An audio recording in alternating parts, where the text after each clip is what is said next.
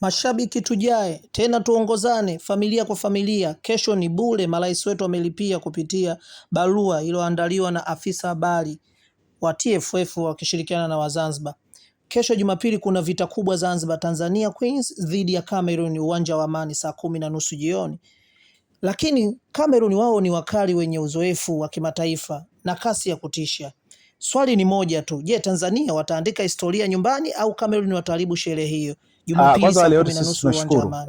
Kama Zanzibar, kama ZFF, lakini katika hili tunasema kwamba tunaongozwa na Utanzania wetu, na tunasema kwamba tuna uhitaji mkubwa kama nchi, na kama nchi tunasema kwamba katika mchezo huu wa marejeano ni mchezo muhimu kwetu, na mipango mkakati ni kuona kwamba tunaweza kufuzu kuweza kushiriki mashindano ya kombe la dunia kwa wasichana kwa mwaka huu 2026. Ni mashindano muhimu sana kwa vijana wetu hawa wa chini ya umri wa miaka 20. Unakumbuka tulishawahi kufuzu katika mashindano kama haya, lakini yalikuwa ni mashindano kwa umri wa miaka chini ya 17 kule nchini India, takriban miaka 4 hivi nyuma. Lakini sasa hivi tuna kibarua kingine hichi muhimu kwa timu yetu hii ya wasichana ya chini ya umri wa miaka 20 kufuzu kwa mashindano kama haya ya kombe la dunia. Kwa upande wetu kama Zanzibar, ambao kipekee kabisa tumekuwa na jukumu la kuhosti mchezo huu, kwetu sisi maandalizi yanakwenda vizuri, na mimi kama katibu mkuu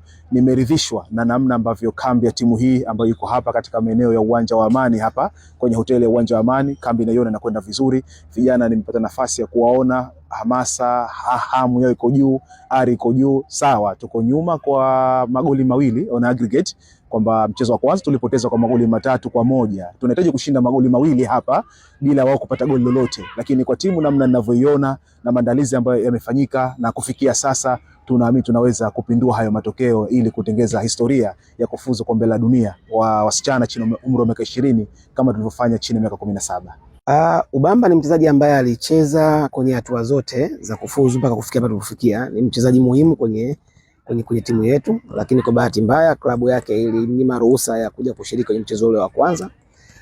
Shirikisho la mpira miguu Tanzania linafanya juhudi zote kuhakikisha kwamba mchezaji huyu anapatikana kwenye mechi ya mwisho yote itafanyika hapa Zanzibar.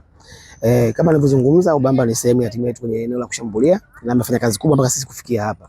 Kwa matumaini yangu ujio wake utaongeza nguvu kwenye timu yetu, na kuna uwezekano mkubwa akatusaidia kupata matokeo mazuri. Kikubwa ni kwamba wachezaji wote wako vizuri. Mchezaji ambaye ana shaka kidogo ni Lydia ambaye amepata kadi nyingine ya njano, hatakuwa sehemu ya mchezo. Kwa hiyo tutaandaa mchezaji mwingine kuziba hiyo nafasi na tuhakikishe kwamba tunafanya vizuri.